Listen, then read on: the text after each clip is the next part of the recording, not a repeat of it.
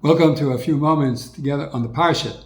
This Shabbos we have the privilege of reading Parshas Lecha.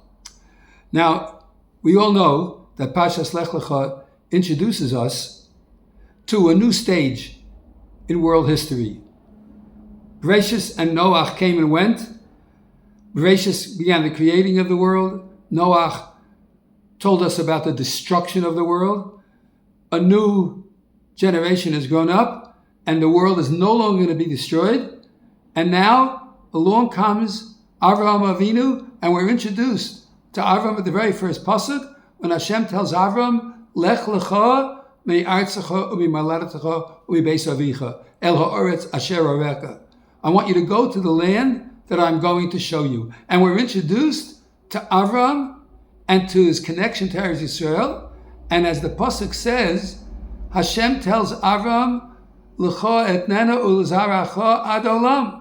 I'm going to give the land of Israel to you and to your family afterwards forever.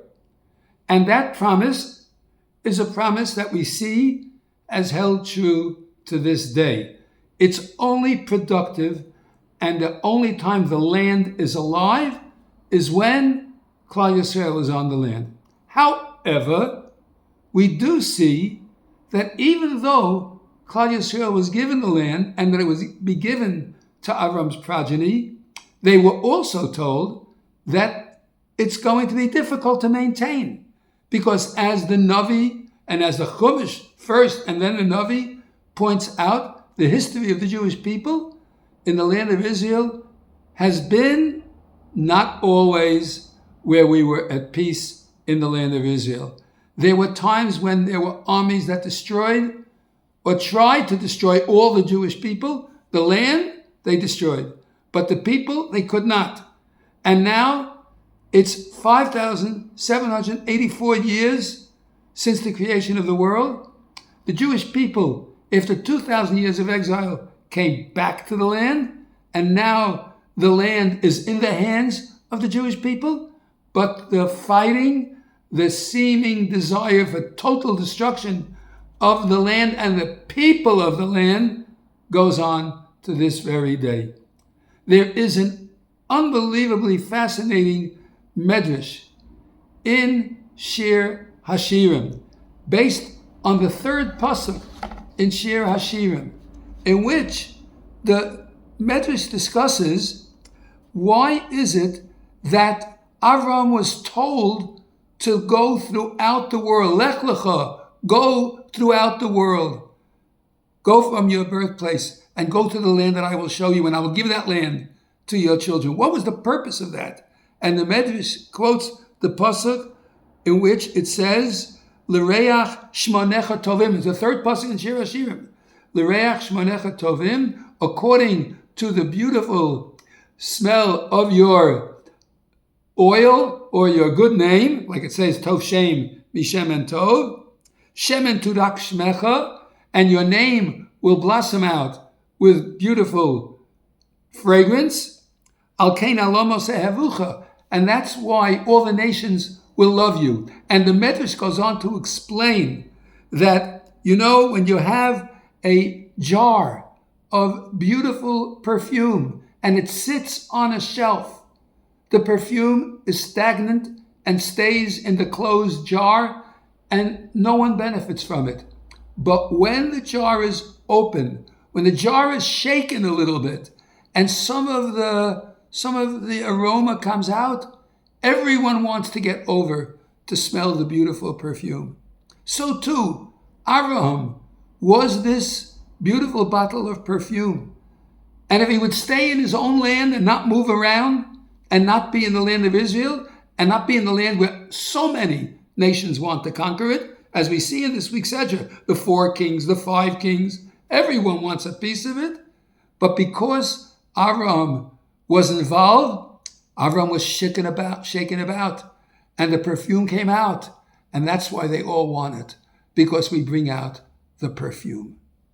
Maybe, despite the great difficulty that we are finding ourselves in it right now, and we know that this difficulty is unique in the current recent history of Klal Yisrael. Nevertheless, the perfume that is inherent in the Jewish people is going to come out.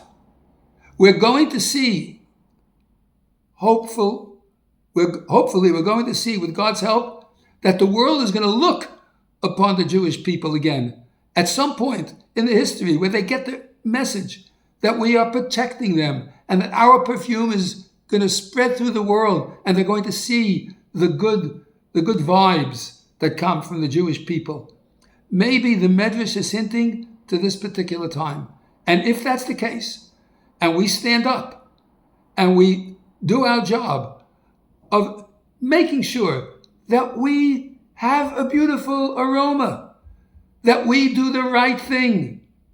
And it doesn't mean that we do the right thing by what the world wants, but we do the right thing in the eyes of Hashem because He's the one who said Lech Lecha. He's the one who said He wants us to spread our perfume. And our perfume comes, the aroma comes from the good deeds, the unique unity of the Jewish people, the unbelievable unity that's taking place amongst Klal Yisrael from all the branches of Jewish society, whether it's the Charedim or the young Israel people or the Stam Jew.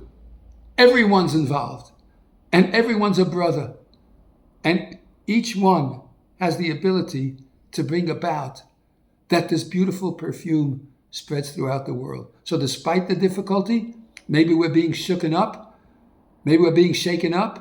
in order that we get this perfume out to the world. And that's what Lech Lecha is all about.